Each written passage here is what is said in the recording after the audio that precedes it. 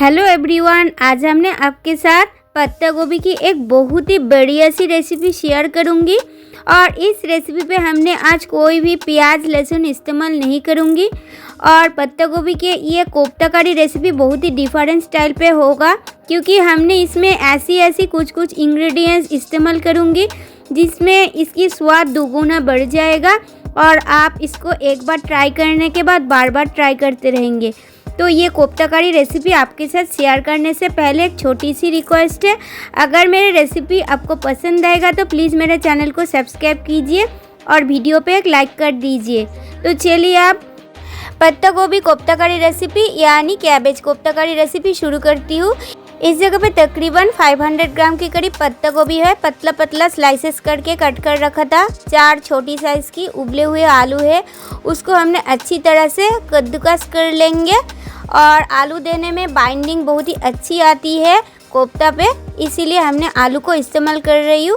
आप चाहे तो बिना आलू के साथ भी कर सकते हैं, मगर देने में कोफ्ता बहुत ही सॉफ्ट बनती है। उसके साथ साथ हमने पनीर भी इस्तेमाल कर रही हूँ। हमने इस जगह पे 150 ग्राम के करीब फ्रेश पनीर लिया है, उसको भी हमने अच्छी तरह से कद्दूकस कर रही हूँ।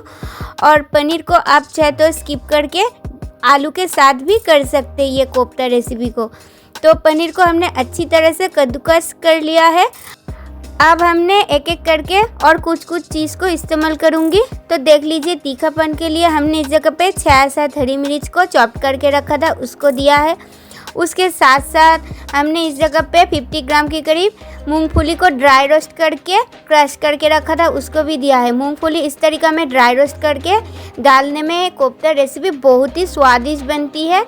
तो देख लीजिए, हमने इसको कुछ टाइम मिक्स कर लिया है। फिर हमने इसमें बाइंडिंग के लिए बेसन इस्तेमाल कर रही हूँ। हमने इस जगह पे पहले 70 से 75 ग्राम की करीब चना वाला बेसन इस्तेमाल किया है। फिर स्वाद अनुसार नमक इस्तेमाल कर रही हूँ, 2 टेबलस्पून की करीब। नमक के साथ साथ धनिया पाउडर इस्तेमाल कर रही हूँ, 1.5 टेबलस्पून की करीब। उसके साथ साथ कोफ्ता रेसिपी को बहुत ही स्वादिष्ट बनाने के लिए हमने इस जगह पे 1 टेबलस्पून भर के चीनी इस्तेमाल किया है। अब हमने सब कुछ को अच्छी तरह से मिक्स कर रही हूँ। और हमने इसमें कोई भी पानी वगैरह नहीं डालूंगी, क्योंकि पत्ता गोभी से बहुत सारा पानी निकल जाएगा और आलू पनीर पे भी मॉइस्चर है, इसीलिए। तो बाइंडिंग में थोड़ा सा कमी लग रही है, इसीलिए फिर भी हमने 70 ग्राम के करीब चना वाला बेसन इस्तेमाल किया है। फिर हमने इसमें कोफ्ता रेसिपी को दोगुना स्वादिष्ट करने के लिए 1 टेबलस्पून के करीब घी इस्तेमाल कर रही हूँ। घी की फ्लेवर पे कोफ्ता बहुत ही स्वादिष्ट बनेगी। तो अब हमने फिर से इसको कुछ टाइम के लिए अच्छी तरह से मिक्स कर लेंगे। और इसको 3 से 4 मिनट समय लेकर अच्छी तरह से गूंद लेने के बाद एक कोफ्ता को तैयार करके आपको दिखा भी दूँगी। कोफ्ता की साइज एंड शेप। और हाथों में थोड़ा सा ऑयल लगा रही हूँ, इसमें क्या होगा, कोफ्ता हाथों में चिपक नहीं जाएगा, बहुत ही अच्छी तरह से तैयार होगा। और आप चाहे तो इसे छोटी साइज़ की कोफ्ता को तैयार कर सकते हैं। और अगर आपको जल्दी है तो थोड़ा सा इस तरीक़ा में बड़ा करके कोफ्ता को रेडी कर सकते हैं। तो देख लीजिए, हमने एक एक करके सब कोफ्ता को रेडी कर लिया है। अब हमने इसको फ्राई करने के लिए गैस ओवन पर आई हूँ। गैस ओवन को ऑन करके एक कढ़ाई भी चढ़ाएंगे। और रेसिपी को हमने पूरी तरह वाइट ऑयल यानी राइस ब्रान ऑयल के साथ करूँगी। आप चाहे तो मस्टर्ड ऑयल में भी ये पत्ता गोभी की कोफ्ता करी रेसिपी को कर सकते हैं। कढ़ाई को हमने पहले धुआंधार गरम किया है।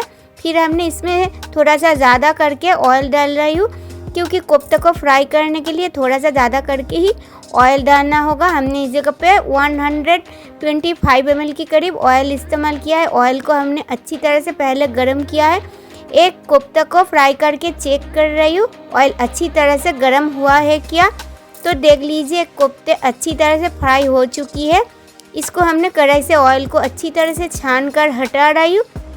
और इस कोफ्ते को हटा लेने के बाद हमने ज़्यादा करके एक साथ बहुत सारे कोफ्ते को फ्राई कर लेंगे। तो दूसरी बैच की कोफ्ते को हमने एक एक करके कढ़ाई में दे रही हूँ। और गैस की फ्लेम में मीडियम टू हाई फ्लेम पर हमने उलटते पलटते कोफ्ते को फ्राई कर रही हूँ। और एक एक बैच वाइज पे कोफ्ते फ्राई करने में 3 से 4 मिनट समय की ज़रूरत है। तो देख लीजिए, हमने उलटते पलटते कोफ्ते को फ्राई किया है। और इसको अब हमने कढ़ाई से ऑयल को अच्छी तरह से छान कर हटा भी लेंगे।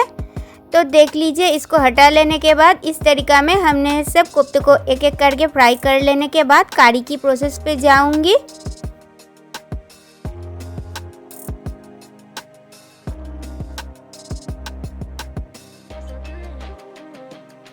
सब कोफ्ते एक एक करके फ्राई हो रहा है और इस तरीका में हम सब कोफ्ते को फिर भी फ्राई कर रही हूँ। और ये कोफ्ते करी रेसिपी बिना प्याज लहसुन के साथ होती है, फिर भी बहुत ही स्वादिष्ट बनती है।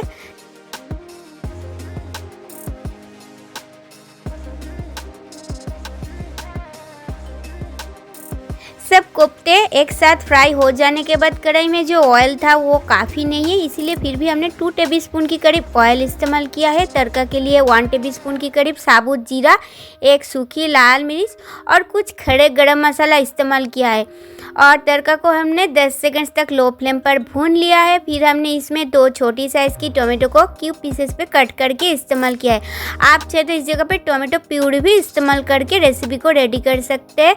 और टोमेटो जल्दी नरम हो जाएगा, इसलिए स्वाद अनुसार 1.5 टेबलस्पून की करीब नमक इस्तेमाल किया है।